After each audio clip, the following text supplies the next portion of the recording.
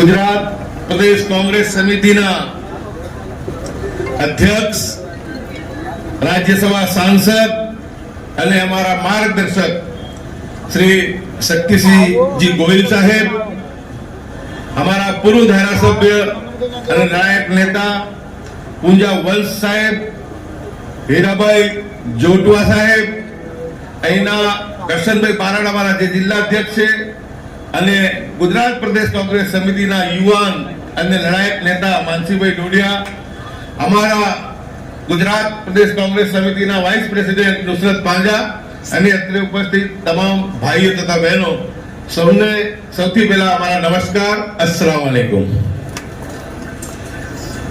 મિત્રો, કોડીનાર નગરપાલિકાની ચૂંટણીઓ ના સંદર્ભમાં આજે આપની વચ્ચે આવવાની જે તક મળી છે એ હું મારા માટે હું સદભાગી માનું છું. મિત્રો, ચૂંટણી તો નગરપાલિકાની છે, મુદ્દા તો નગરપાલિકાના હોય, પાણી છે, રોડ છે, રસ્તા છે, એ પણ તમે સારી રીતે પરિચિત છો. હું પણ હમણાં આવ્યો ત્યારે મેં પણ જોયું કે કેવી સ્થિતિ આ વિસ્તારની થઈ છે. મિત્રો, લોકશાહી, બિલકુલ જેને કહેવાય લોકશાહી, સંવિધાન, તમામ વસ્તુ ખતરામાં છે, ખતરામાં. જેટલા પૂંજાભાઈએ વાત કરી કે જો હુકમી દાદાગીરી, બળજબરીપૂર્વક ઉમેદવારોને ઉભા ના રહેવા દેવા, એમને જબરજસ્તી વિડ્રો કરાવવું અને જેન કેન પ્રકારે આખા તંત્રને કામે લગાડીને જે રીતના લોકશાહીની હત્યા છેલ્લા 10 વર્ષથી આ દેશમાં થઈ રહી છે, હું માનું છું કે આ દેશ માટેની સારી નિશાની નથી. લોકશાહી જીવંત રહેશે, લોકો પોતાના મતદાનનો ઉપયોગ કરી શકશે, ઉમેદવારો ઘરે ઘરે જશે, 5 વર્ષનો હિસાબ આપવો પડશે, નથી કર્યા કામો એની માફી માંગવી પડશે અને કામો આગામી દિવસોમાં એમને કરવા પડશે, પરંતુ એ સાબનો કરવો ના પડે. કેમ કે સદંતર આ સરકાર નિષ્ફળ નીવડી છે. બધું જ તમે જુઓ સમગ્ર ગુજરાતની અંદર તો બધું જ નકલી, બધું જ ડુપ્લિકેટ. તમને જજ ડુપ્લિકેટ મળી જાય, તમને આરટીઓ ચેક ના ડુપ્લિકેટ મળી જાય, ઈડીઆઈ અધિકારી ડુપ્લિકેટ મળી જાય, અહીંયા સુધી કોર્ટો પણ. એટલે નકલી લોકોનું રાજકારણ આ દેશની અંદર જે રીતના ઉપસ્થિત થયું છે અને લોકો સમક્ષ જવાની એમની સ્થિતિ નથી, એવા સમયની અંદર ગમે તેમ કેમ પ્રકારે ચૂંટણીઓને ટાળવા માટે આ ધાક ધમકીનું રાજકારણ સમગ્ર ગુજરાતની અંદર 65 નગરપાલિકાઓમાં શરૂ થયું છે. હવે ખરેખર તો આપણા મતદાતાઓની હવે ફરજ છે કે આપણે મતદાતાઓ આ સરમુખત્યારશાહીથી, આ દાદાગીરીથી અને આ જે બિન લોકશાહી કૃત્યો થયા છે એનાથી મુક્તિ જો આપણે મેળવવા માંગતા હોઈએ તો આપણે એવો પરિણામ આપો, એવી રીતના આપણે કોંગ્રેસ પાર્ટીને તરફે મતદાન કરો કે હું માનું છું કે એમને જવાબ મળી જાય.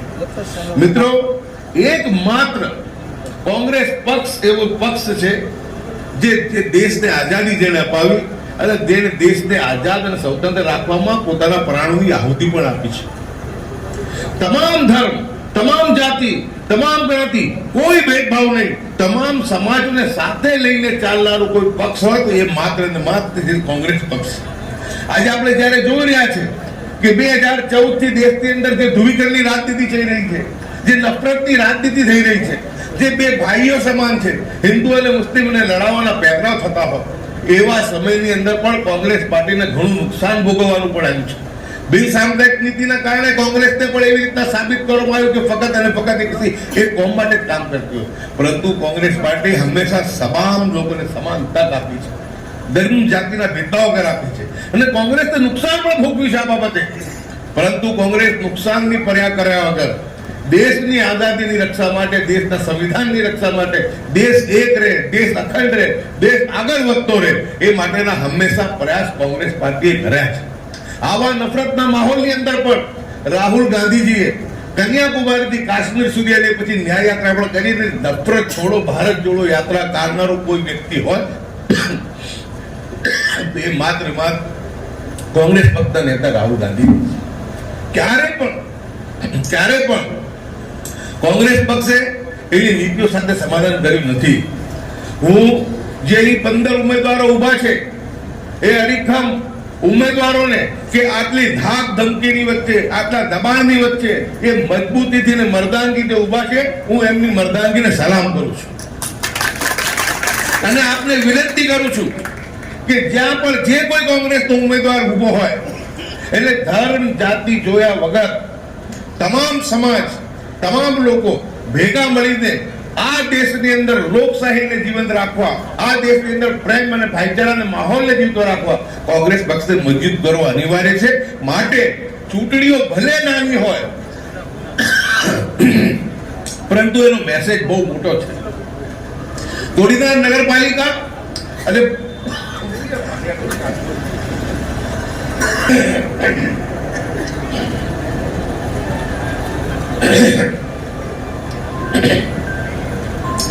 કોડીનાર નગરપાલિકાના તમામ ઉમેદવારોને આપણે એક તરફી મતદાન કરી, વધારેમાં વધારે મતદાન કરી અમને વિજય બનાવીએ.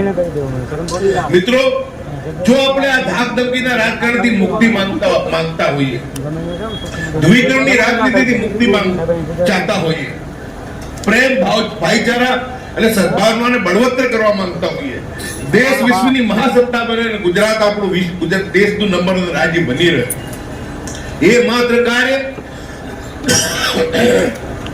કોઈ કરી શકે હોય તો એ કોંગ્રેસ પક્ષ જ છે. એટલે તમામ લોકોને મારી વિનંતી છે કે નિર્ભય રીતે બહાર નીકળજો અને જ્યારે આપણી સામે મિશન મોટું હોય તો નાની નાની સુલભ બાબતો પર ધ્યાન આપણે આપ્યા સિવાય અલ્લાહ ઈશ્વર થી એનાથી ડર સિવાય કોઈની પર ડર ના રાખીએ અને મક્કમતાથી એકતા અને ભાઈચારાને અને કોડીનારના વિકાસને બળવત્તર બનાવવા માટે આપણે બધા ભેગા થઈને મતદાન કરીએ.